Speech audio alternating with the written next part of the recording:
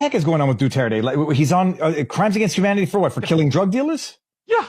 Yeah, for allegedly killing drug dealers. Well, I mean, hold on. I was like, when is that a crime against humanity? There was a joke crime against humanity to kill drug dealers trying to take over your government. There was a joke in the chat that says that Europe is pissed off that they killed his drug dealers. Were these extrajudicial assassinations? Were they like cold-blooded murder, or were they, were they? I mean, all he did was he authorized the police to do self-defense involving conflict with drug dealers. He's like, and he took the gloves off. He said, look, they're trying to make a narco state here, like they were doing in El Salvador. He goes, folks, you got carte blanche. Go at it.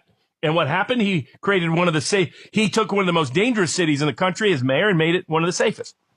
So the backstory is politics. Well, so someone said it was his political rival that turned him in. Not really. It was supposed to be his ally. So it's the old Marcos family from the Philippines, which have had long disputes with Western European authorities.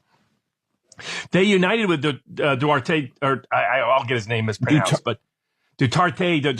I think it's Duarte. I'm gonna see how it's. I'm gonna say Duarte. Why not?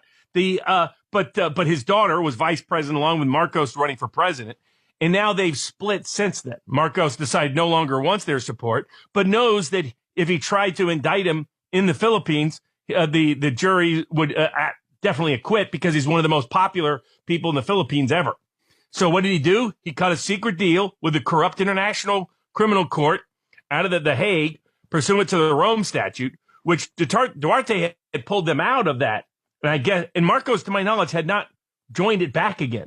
So what he did is he just basically allowed a major public official to be kidnapped, dragged to the Hague, where he'll be tried for crimes against humanity. What it was always going to happen. Some of us were long critics of the International Criminal Court. My friends on the left realized the problem with the International Criminal Court when they selectively targeted dissidents, dissident presidents who didn't like the EU, for example, or didn't like NATO, and going after the Milosevic and others related to the Balkan conflicts, and then they went after Putin later on. My friends on the right recognized the risk of the ICC when they went after George W. Bush, and then now, most recently, went after Netanyahu.